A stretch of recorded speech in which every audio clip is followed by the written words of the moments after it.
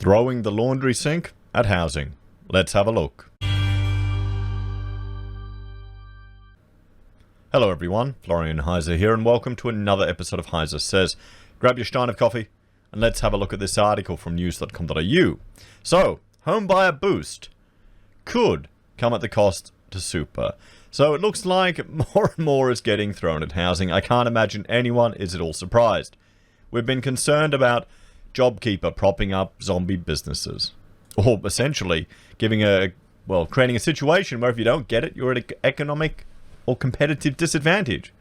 Job Seeker and the bonus is disincentivizing people from working, potentially trapping them in perpetual poverty. You've got businesses that can trade while insolvent, a potential powder keg of businesses going under next year. You've got mortgage loan or mortgage deferral, allowing businesses or allowing individuals to not have to pay back their mortgages, and business loan deferrals as well. You've got banks promising to not repossess properties and moratoriums on evicting people from investment properties. So, yeah, what else are they going to do to chuck at housing to keep it all going? Because with all of this, of course, the economy is ticking along fine. All of these interventions in the market, it's all completely normal, everyone. Completely normal. It happens all the time. Didn't in the last recession, didn't it? So, a boost for home buyers could come at a cost to superannuation savings after a government frontbencher flagged a scheduled super increase may be scrapped altogether. The Retirement Income Review was released on Friday, finding the nation's retirement scheme is effective, sound, and broadly sustainable. It emphasized home ownership rather than saving super as a key indicator in long-term financial security. How many people are forced to save in their super, and then when they get it, they use it to pay off their home? That's the thing. And how many people are making money off your money? The government had legislated a super increase from 9.5% to 10% in July next year, eventually rising to 12% by 2025. But the Treasurer said on Friday the pandemic had changed the economic environment, confirming the policy would be reviewed. Now, my issue with this is that, well, it's going to create, reduce our competitiveness on a global scale.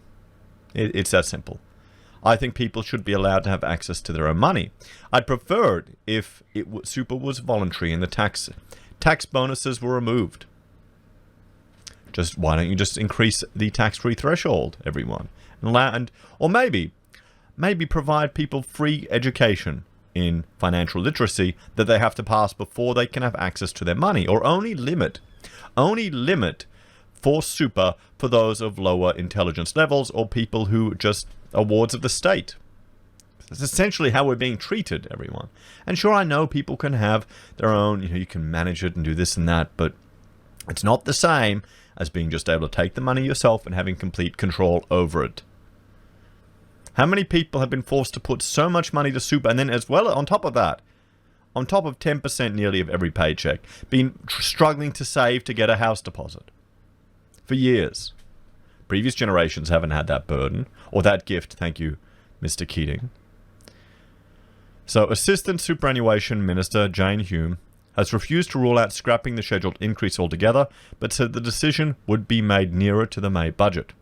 The most important thing is that we don't just blindly charge our way to 12%, potentially at a cost of our standard of living during our working lives, she told Sky News. The superannuation guarantee is a cost to employment, and that cost is passed on to workers in the form of lower wage rises.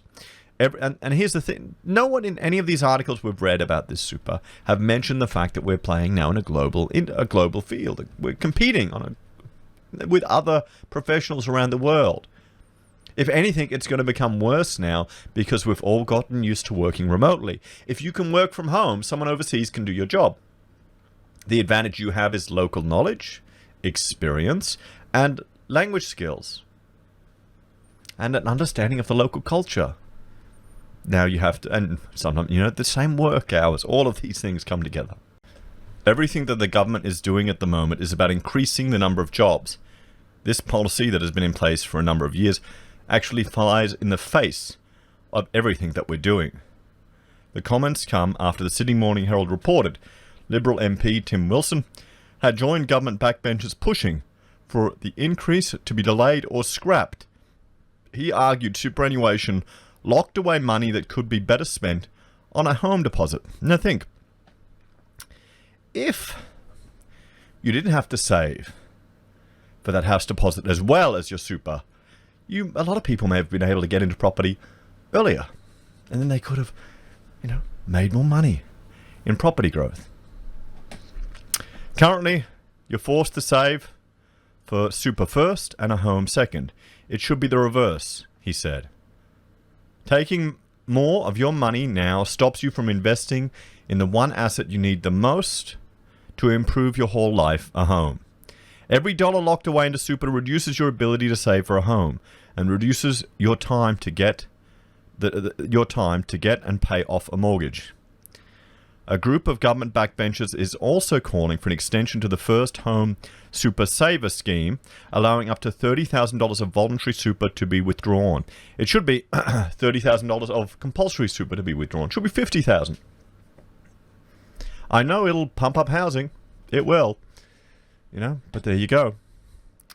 Labor leader Anthony Albanese said the push showed the government was attempting to undermine a system set up for working people. Of course you would say that, because this is the thing, and we've seen it with Paul Keating. The Labour lefties, they're paternalistic and authoritarian. They think you're too stupid to manage your own money. It's that simple. They think you're dumb prawls. And that's what they are. They know better than us, guys.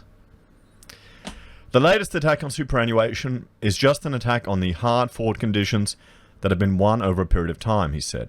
Superannuation didn't just happen. People made it happen in order to improve retirement incomes. Labor will stand up for the interests of working people. The LNP never will. They believe in driving down wages and conditions regardless of where people work. Okay. Labour are going to make us anti-competitive on a global scale. They were the ones that opened up Australia to it. So there you go. I mean, it's just rubbish. Even the whole robo-debt, where do you think it started?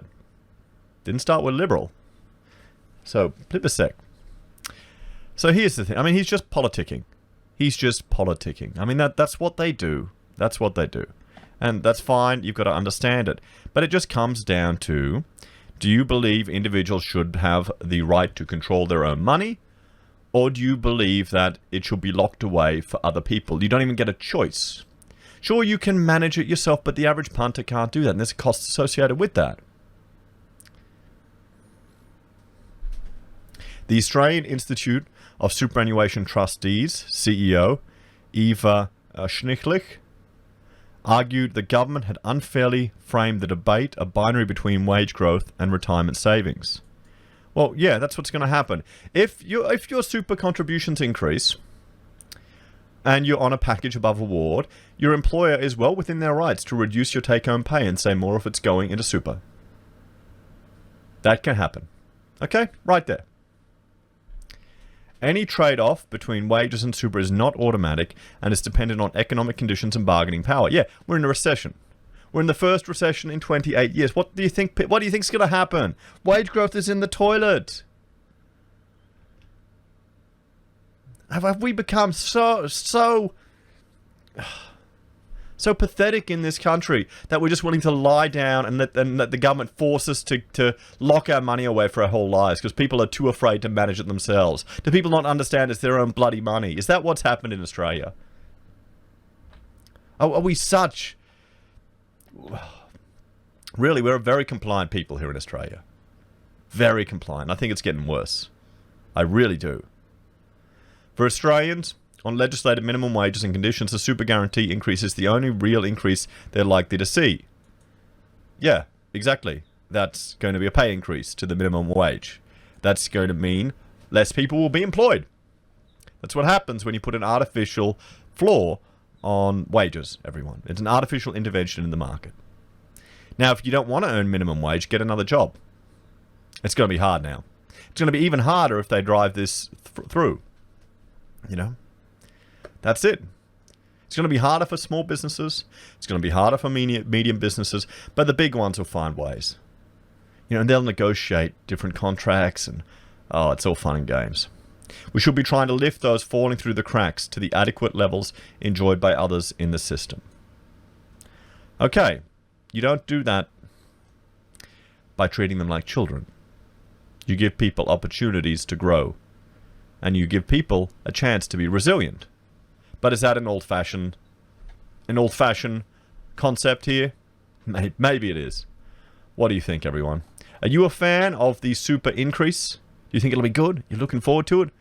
Or are you on a package that's so high it won't make any difference, or you may lose your take-home pay? Do people not understand that this is their money, and it affects...